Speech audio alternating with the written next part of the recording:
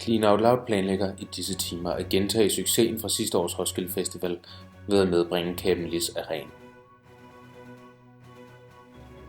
God aften og velkommen.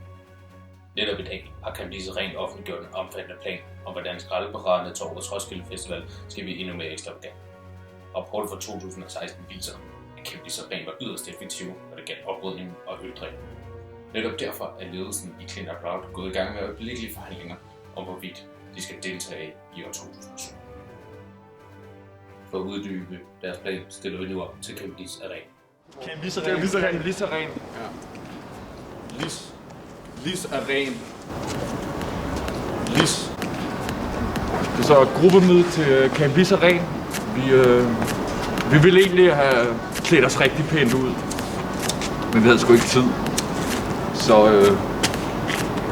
Så vi mødte sgu bare op og hyggesnakket lidt og sådan noget, men altså, jeg siger dig, når vi kommer derned den uge, der, ikke også? Det er så godt klædt ud, altså.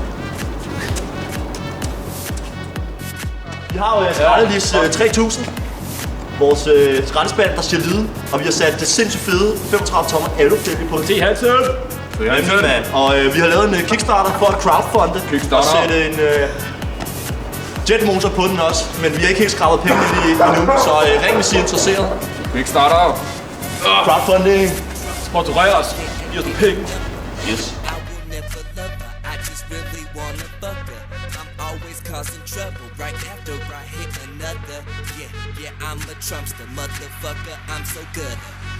I'm Mr. Trump, motherfucker, I'm Mr. Trump, motherfucker, I'm Mr. Trump, motherfucker, I'm Mr. Trump, motherfucker,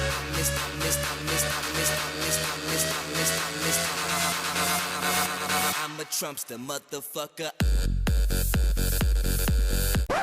Det var alt, hvad hedder i aften. Vi ses til Clean Out Loud 2017.